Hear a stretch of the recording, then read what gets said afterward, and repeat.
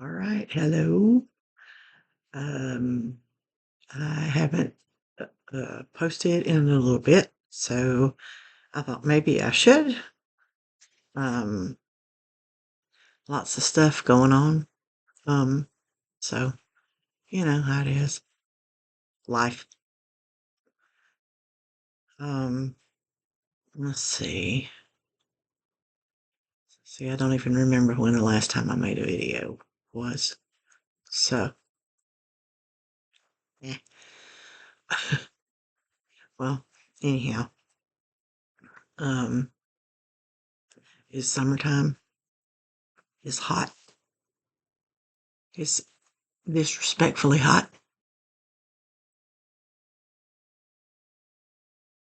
It's gross. It's like you get swamp ass every day, and outside it's like sweatsuit, which is disgusting. It's gross. You got boob sweat, ball sweat, butt sweat, all the sweat. But okay, we were gonna go see the Reds. Travis and his wife Katie, and they're well, they have another person now. They just had their baby, little boy. I do not know what the name is. I've seen a couple of pictures that Amanda sent me, and that's it. So I don't know, but I'm sure I'll get to meet him soon. And their daughter Taya moved here, living with Johnny and Melissa and Austin and Amanda. And I think Alex is kind of half time at his girlfriend's house and half time at his house. I don't know. Anyway, those are Chrissy's children, Crystal Marie, Markham Gambrel. Ralph and Janice's middle daughter. Um, and she was also my daughter, not genetically, and I didn't lay down and have her, but she was my girl. She was my baby. She was with me most of the time. But that's her family, and Travis is their baby sister, Andy, Angel, Chrissy, and Boogie. Boogie is Travis's mom, and Travis is Boogie's oldest child. And she has 6 boys, all boys. So Andy has 1 girl, Chrissy has 1 girl. Angel has 3 boys. Chrissy has 3 boys and a girl. And Boogie has 6 boys. So Amanda and Kaylee are the only 2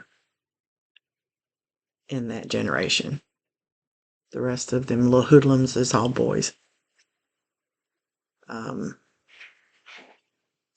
So anyway, I was gonna like when Chrissy and they all moved up here, I took us all to a Reds game. I made hot dog chili and I made hot dogs and packed a cooler, and we had a blast. We were in the cheap seats way back in the top under the cover, but it was a fence behind us and it was open to traffic downtown on the interstate where it comes through the little, you know, like not tunnel, but kind of, toward the tunnel. And then in front of us is the river, and it's just wide open, and there's a cross breeze, and it was hotter than a bitch. It was like this kind of weather. But we didn't get hot. We stayed nice and cool because there was a constant breeze back and forth. So, it was really nice. We had a very good time. So I was hoping to take Travis and his brood, but I got sick. I was sick. I was bad sick. Um, and Katie she started to dilate. So it was like, yeah, well, 2 out of 4 people can't attend for health reasons. And, of course, the baby was a whole different story. But we didn't get to go, which was disappointing in a lot of ways for me. But, it's all good. We'll plan to go next season earlier when it's not quite as hot. We can, maybe do a little better in the seats or something. I don't know. But there's that. And Boogie is in rehab right now. Again, Boogie is Andy, Angel, Chrissy, and Boogie. Boogie's the baby. She's the one that stayed with Janice all the time. She was always with her mama. But she'll be in there for 6 months. And I hope she does well. I can't help her anymore, though. I've recently, in the last, I don't know, month, maybe more than a year, maybe, I don't know. I have made the decision, the very painful decision to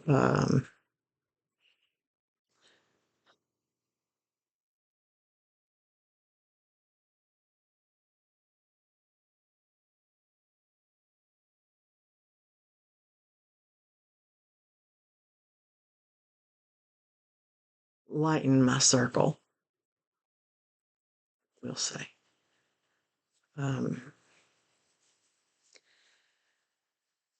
There were some relationships that just were not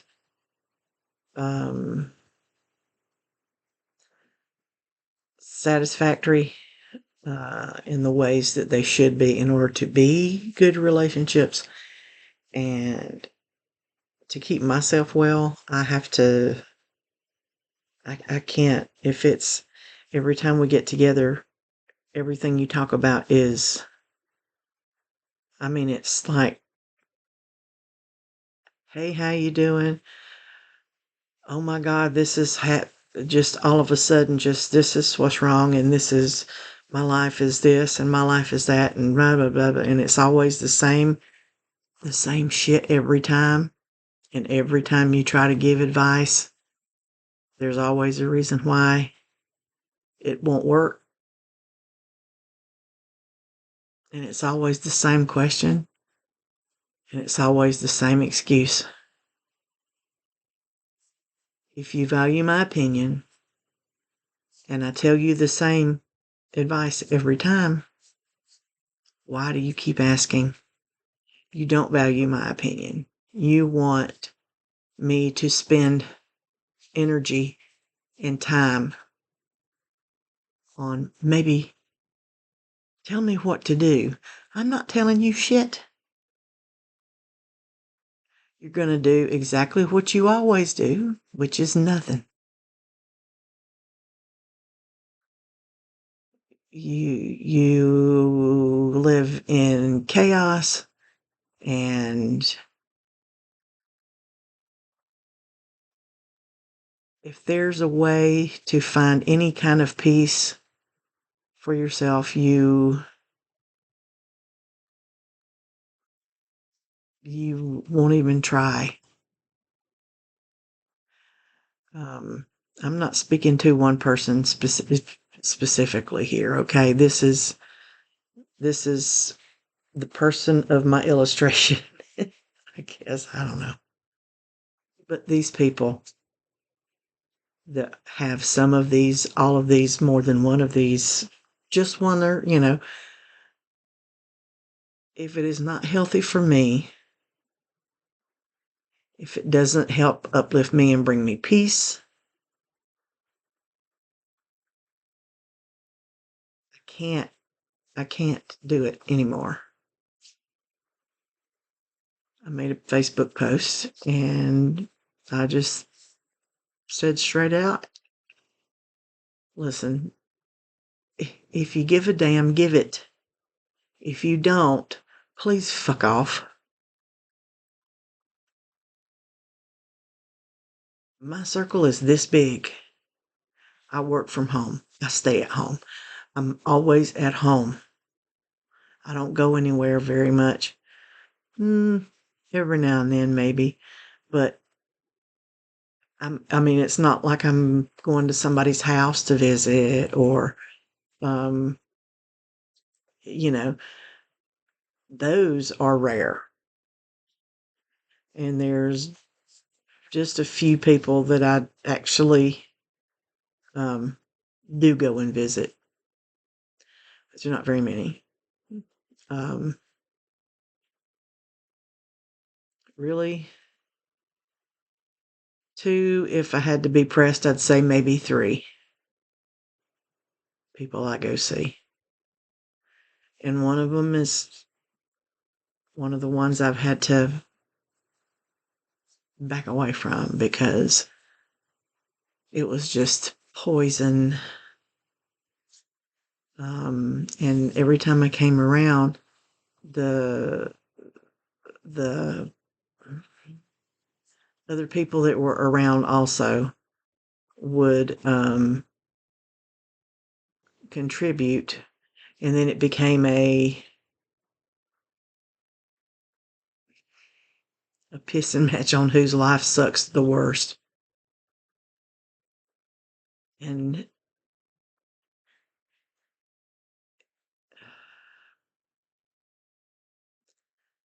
I'm crazy, okay? I'm not that kind of crazy. I do believe in quantum physics and that says that anything is possible.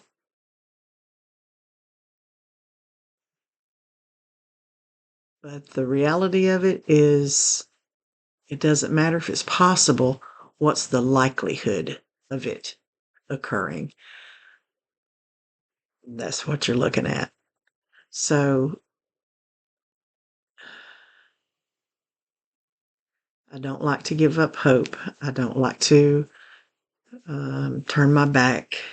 I don't like to exclude. Um, I've spent my whole life trying to do the opposite of that. Um,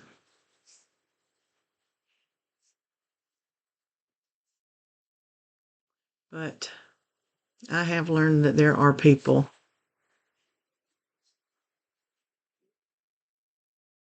if you love them, that's okay. You can love them. That doesn't have to ever change. There are people that you have to love from over there. Because if you are over there, then you're not close enough to right here to make me not love you.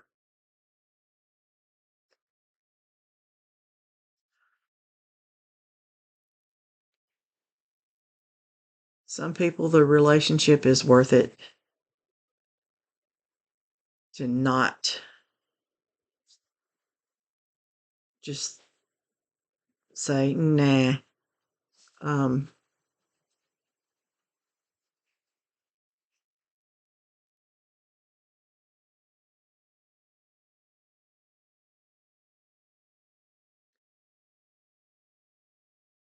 there are people that I love very much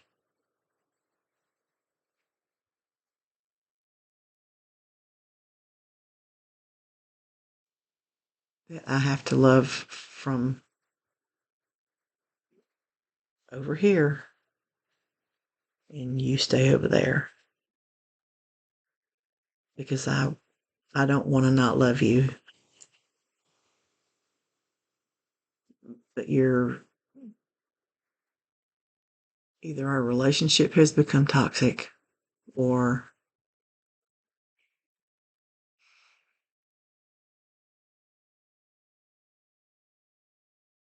it has become usury.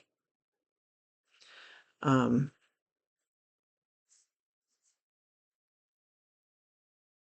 so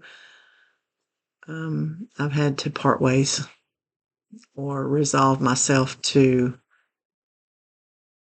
um, I had to cut a couple of ties. Um,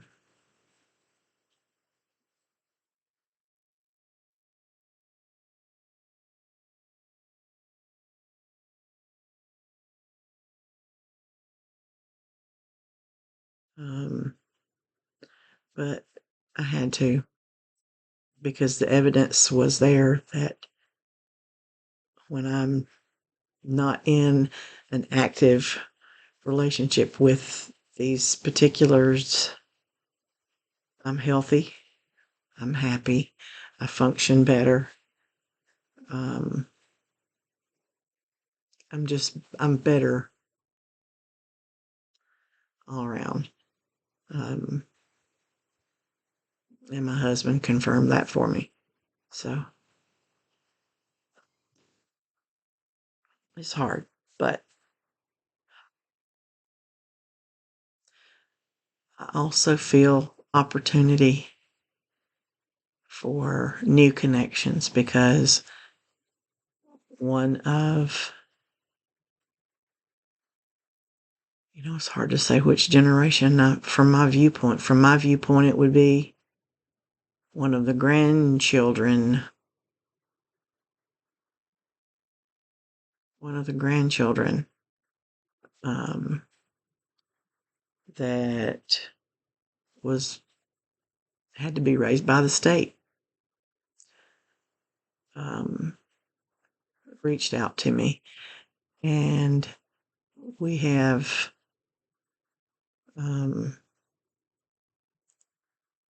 he couldn't remember exactly how we were related, and I advised him of the line where I fell in. Haven't talked about where I fell out, but it's really it's a non-issue. It was long before he was ever born. Um, but and there are a few other um, younger ones that uh, they bother to keep in touch. They come to me for advice. They come to me um, for comfort. They come to me because they love me. they um, um, and I mean not as often as I would like to see them, but I also know what it is to be their age, and they shouldn't be thinking about some old aunt that was their mama's aunt or their grandma's or their cousin or their so and so's or um, it's not about that. Um, depending upon which part of the family you're in. Oh my God, I have the most confusing family tree ever. I have one, two, three, four, five.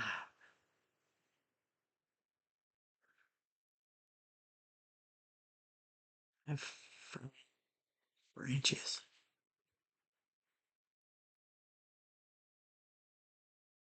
Only one is genetic. I was adopted, if you didn't know that, um, from birth, and never knew I had a family. And my fucking sperm donor daddy was in the same town as me, Anderson. His name was Marvin Bennett. If the name rings a bell for anybody, he was a maintenance man at an apartment place. I don't know anything about him, and I have found my siblings. I hadn't found anybody on my mother's side. No, it's just like she was the last one. She died before there were DNA tests and shit. I don't know, but there's nothing. That's a flat ghost town. um, but so I have a lot of people that to me are family, and that's why it's so hard for me to, I guess, have to have those relationships, cut off that way, because I just always spent my life trying to build relationships and have new ones, have good ones, build healthy ones. Didn't always work out that way. Um, it just sometimes it happens. And then, there are people that come into your lives that can touch you in profound ways.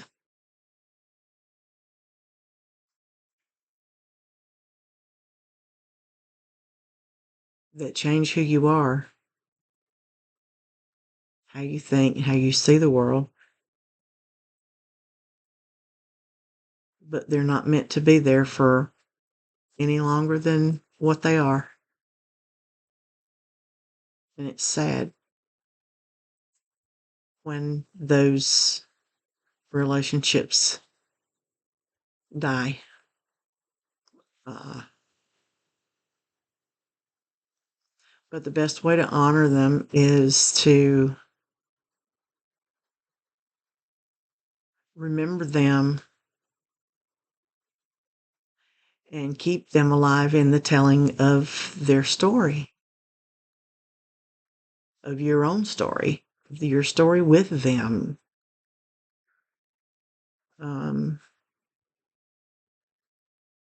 Got a lot of stories, got a lot of stuff, but I'm a disorganized thinker.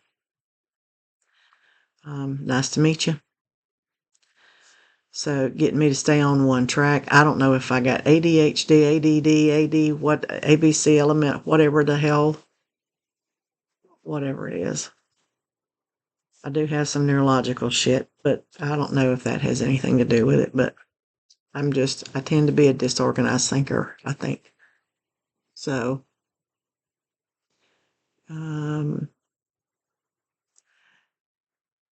it's kind of a weird OCD thing, I think. Um,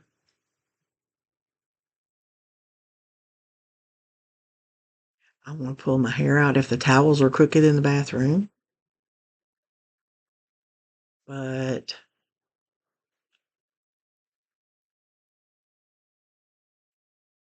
if I got shit piled up on the table or next to the chair or a pile of shoes over there or that doesn't see, it makes no sense.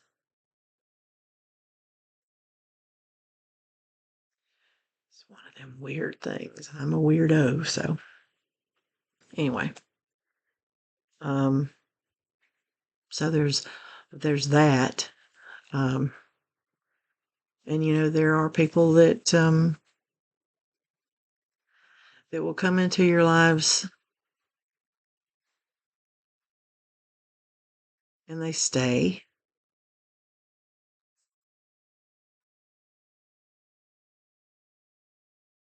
because there's some sort of bond that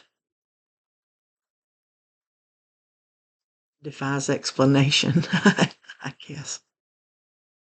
Um,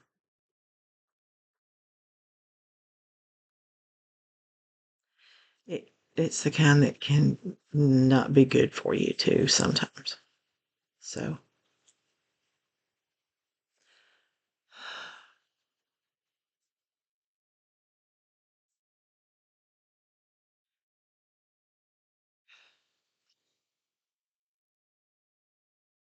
oh, I went off the Manjaro. I quit it cold turkey in May. And in 1 month, when I saw my endocrinologist, I had gained 15 pounds in 1 month. Because they don't tell you this stuff. And I did not know this until recently.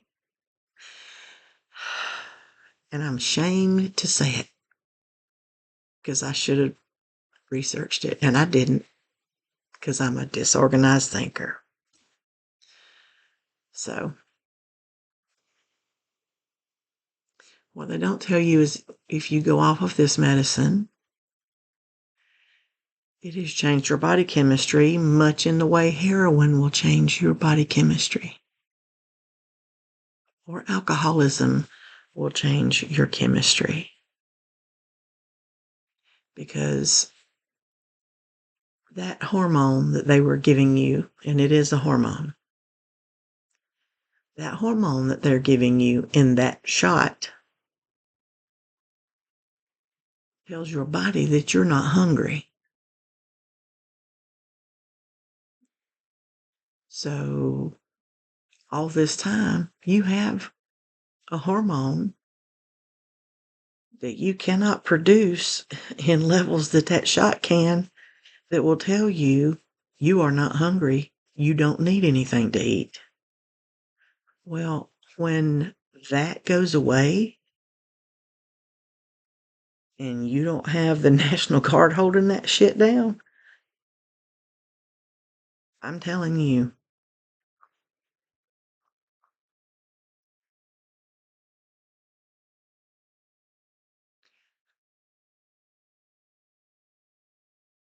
it will turn you into a full-blown addict. I ain't shitting. You can be sitting there looking at your hands while you're doing this. And in your mind, you're saying, what the hell are you doing? What the fuck is the matter with you? You know you don't want this. Why are you doing this? But the crave does not stop.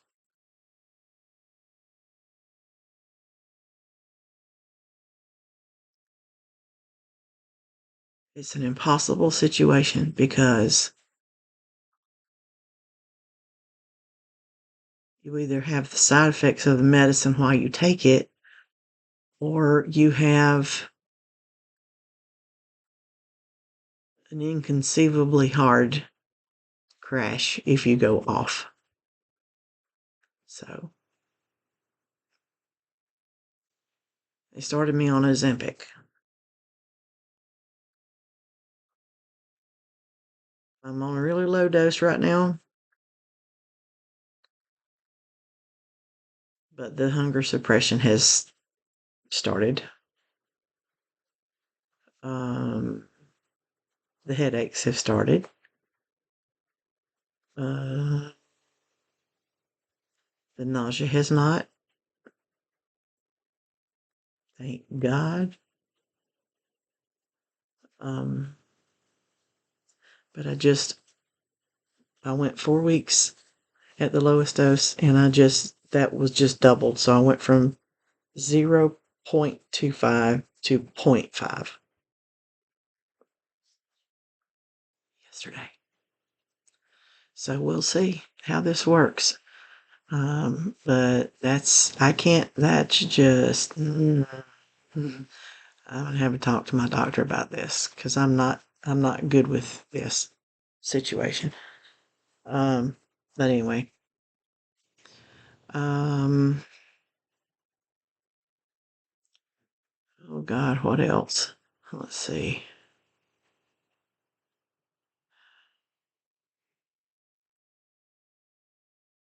Well, I don't know. Some other shit that just ain't my stories to tell, so I'm not gonna tell those. Um,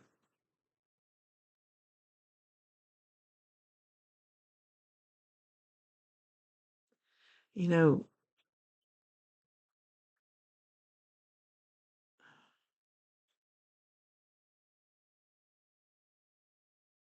I was very blessed and still am to have a very select few people in my life still after all these years when I was a young adult and always had a house full of people that I had to take care of. And um, most of the time didn't have the means to do it. I mean, it was hard. Um, and I don't believe anybody ever went to bed hungry. They might not have went to bed with a belly full of what they wanted, but they didn't go to bed hungry. But even when there were no kids in the picture and things were bad,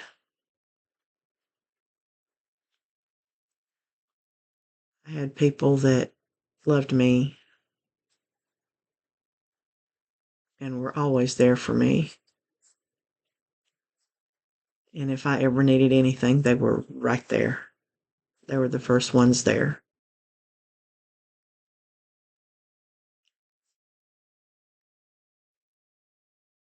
Those are the people that taught me that giving is a good thing because it blesses you. The giving does. Because, see, not every gift is received well. Sometimes it might not be something that they wanted, but it was something they needed. Um, and myself, I'm grateful if somebody gives me something that I need rather than something that I want, because in that way, okay, and I'm not talking about gift, an actual, here, let me give you this. That's not what I'm talking about.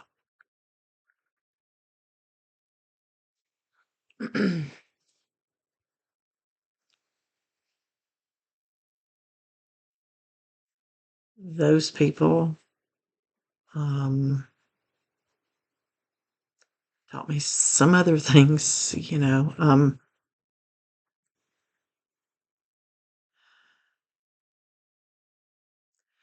They've got that whole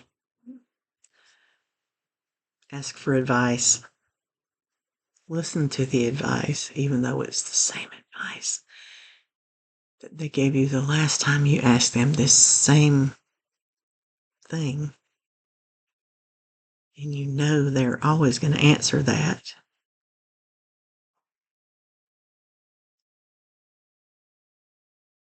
That is, that's, that's a way for that person to have you focus on them. And that's all it is.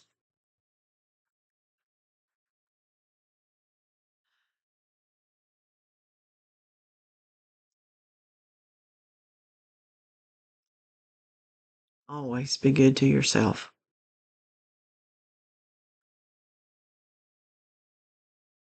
Always be good to yourself.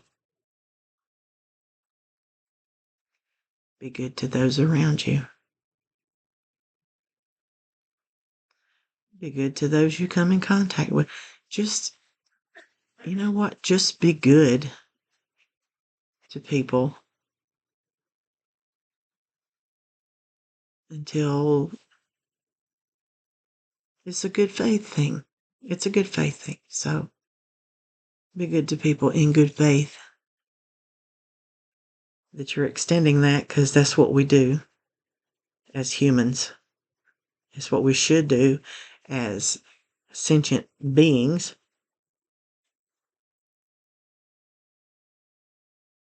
Until they show you who they are. And then you'll know whether your faith was misplaced or if it was in the right place. And trust me, people will show you who they are. And when they do, believe them.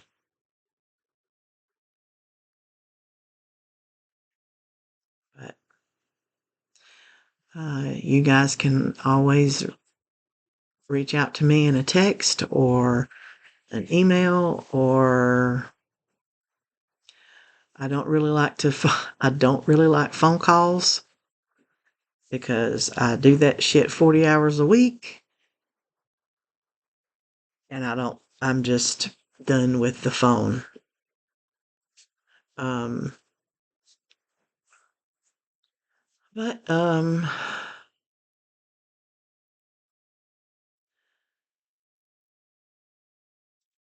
you guys want to chat, want to talk, whatever. I'm around. I might not be the speediest because my telephone is not always at my side, and I don't live to look at the screen. So if you text me and it's a day, 2 days before you ever hear from me, don't be surprised. But I will. I just don't. I mean, that phone will lay in here and I won't even mess with it until I go to bed because I have to take it with me because I wear a Dexcom. And I have to have my phone in there. But anyhow, I love y'all and I miss you. I hope I get to see y'all soon. And love, peace, and chicken grease.